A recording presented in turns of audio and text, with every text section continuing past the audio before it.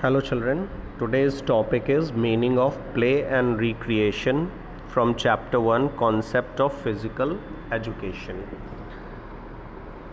In this we understand what is the meaning of play and what is the meaning of recreation. So first I'm picking meaning of play. Here on the screen, which is shown here, written, play cannot define an easy way, but it can be said that this is the very important factor for the life. This is the instinct which has blessed by the God to everyone in this world. ये कह रहे हैं कि जो ये play की meaning है इसको ईज़िली डिफ़ाइन करना बहुत मुश्किल है, और ये एक तरह से सभी को गॉड ने एक अपॉर्चुनिटी दी है, वो उसको हम गेम्स, उसको हम प्ले कह सकते हैं. The types of play are different in different age. अब यहाँ पर ये कह रहे हैं कि जो प्ले होता है वो हर एक एज में अलग अलग होता है. जैसे कि अगर कोई बच्चा है तो वो अपनी चॉइस से खेलता है, कोई भी गेम उसको जिसमें इंटरेस्ट आ जाए वही प्ले है. यहाँ पर गेम की बात नहीं हो रही है, यहाँ पर सिर्फ प्ले की बात हो रही है कि प्ले क्या है. यहाँ पर आगे लिखा हुआ है, it gives the relaxation, amusement and pleasure to everyone. It means कि जब भी कोई खेलता है, प्ले करता है, तो उसको रिलैक्सेशन मिलता है, उसको एन्जॉयमेंट मिलती है और उसको बहुत खुशी, प्लेजर मिलती है, और ये लगभग हर प्लेयर के साथ होता है. In this there is no any target और result is decided, but this is for the self recreation. ये भी कह रहा है कि यहाँ पर कोई भी टारगेट या रिज़ल्ट नहीं होता है, ये सिर्फ अपने सेल्फ सेटिस्फैक्शन, सेल्फ एन्जॉयमेंट के लिए यहाँ पर ये गेम्स होते हैं, प्ले होता है. इसके बाद में है, play is commonly associated with children but it is the need of all age person in different वे.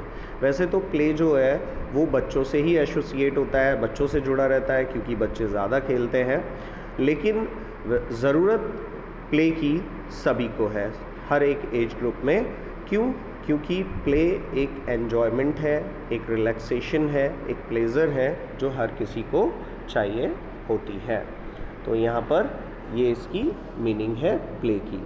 इसके बाद में कुछ और डेफिनेशंस ऑफ प्ले दी हुई हैं, जैसे कि एक लिखा है, engage in activity for enjoyment and recreation. बात वही है कि जब हम किसी भी एक्टिविटी में एन्जॉयमेंट और रिक्रिएशन या रिलैक्सेशन के लिए बिज़ी होते हैं तो उसे हम प्ले कहेंगे. अब इसमें आता है next topic is what is the importance of play.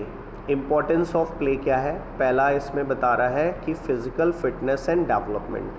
तो पहला जो इम्पोर्टेंस है वो है कि बॉडी फिज़िकली फ़िट रहती है और बॉडी का डेवलपमेंट बेहतर होता है, क्योंकि जब भी कोई शरीर खुश होता है, प्रसन्न होता है, तो उसकी ग्रोथ अच्छी होती है, डेवलपमेंट अच्छा होता है. तो एक तरह से ये फ़िज़िकल फिटनेस, और साथ ही साथ प्लेइंग से हमारे जो बॉडी पार्ट्स हैं वो भी एक्टिव रहते हैं. फिर आता है मेंटल डेवलपमेंट.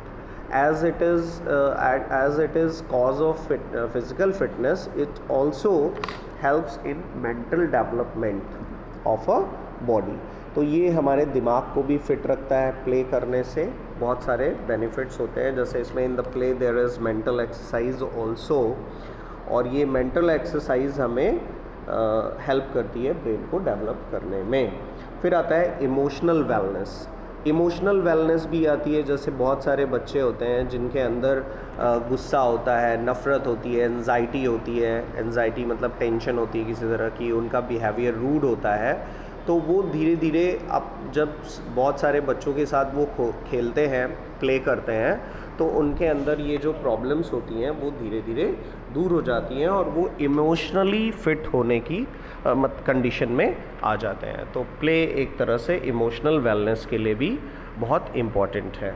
इसके बाद में आता है सोशल डेवलपमेंट. सोशल डेवलपमेंट ये तो प्ले या मतलब फ़िज़िकल एजुकेशन में सबसे पहले रहता है, क्योंकि खेलने के लिए, प्ले करने के लिए हमें सोशल होना पड़ता है, लोगों से इंटरेक्ट होना पड़ता है, और इस तरह से ये हमारे सोशल डेवलपमेंट का एक बहुत बड़ा कॉज बनता है।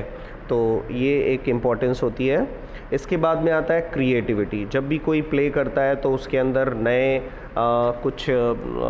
कुछ करने की, कुछ बनाने की, इस तरह की कुछ क्रिएटिविटी भी एक तरह से डेवलप होती है। तो क्रिएटिव हो जाता है जो भी प्ले करता है। किसी भी तरह का वो गेम हो सकता है, वो आउटडोर गेम मतलब आउटडोर प्लेइंग हो सकती है, इंडोर प्लेइंग हो सकती है, वो किसी तरह से। फिर इस पे आता है अम्यूज़मेंट।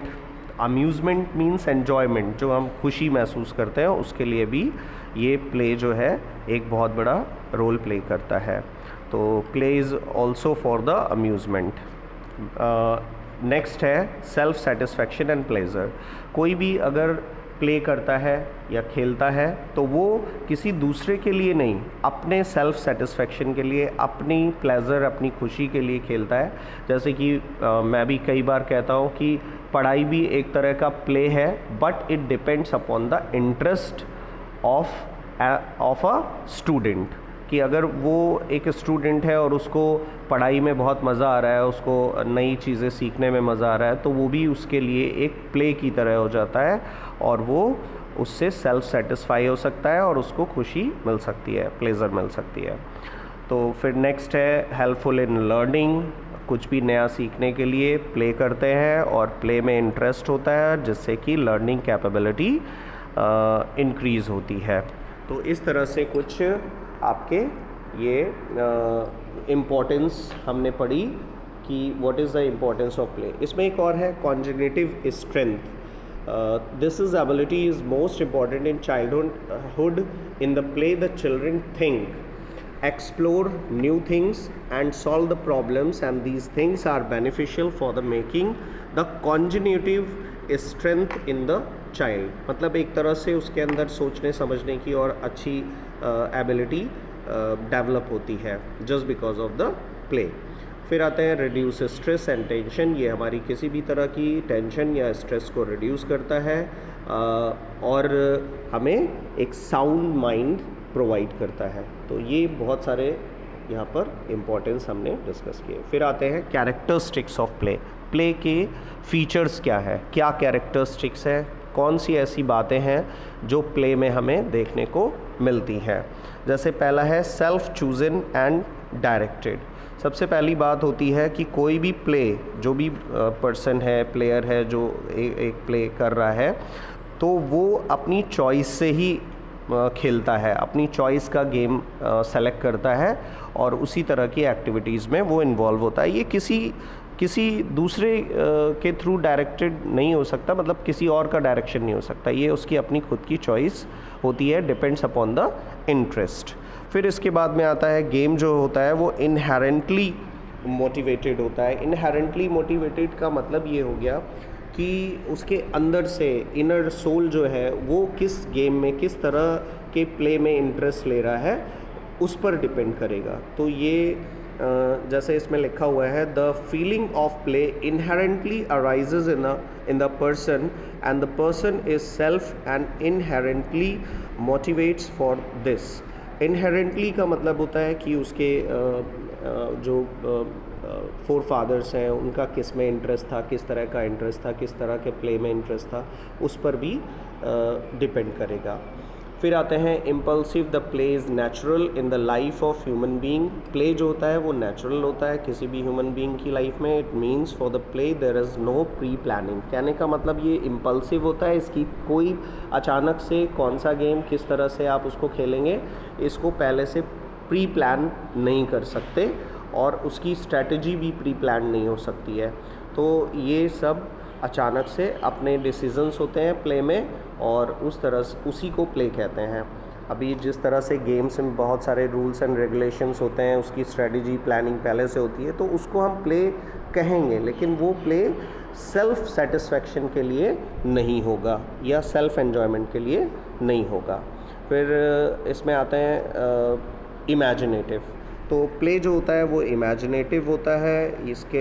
इसको जो है जिस तरह की भी एक्टिविटीज़ में एन्जॉयमेंट किसी को मिलता है, किसी पर्सन को, तो वो इमेजिनेशन के थ्रू ही आता है। तो in the play the persons decide the play and way of the playing, as we know the play is endless and without target, so the persons do everything. यहाँ पर हम ये भी जानते हैं कि जो प्ले होता है वो एंडलेस होता है और बिना टारगेट का होता है, तो वो किसी भी तरह की एक्टिविटीज़ में इन्वॉल्व हो सकता है प्लेयर जो खेलना चाहता है। तो यहाँ पर ये इसकी विश और इमेजिनेशंस पे डिपेंड करेगा कि उसको किससे अम्यूज़मेंट या जॉय गेन होगा, ये उसकी इमेजिनेशन पे डिपेंड करेगा। तो गेम जो होता है वो इमेजिनेटिव होता है।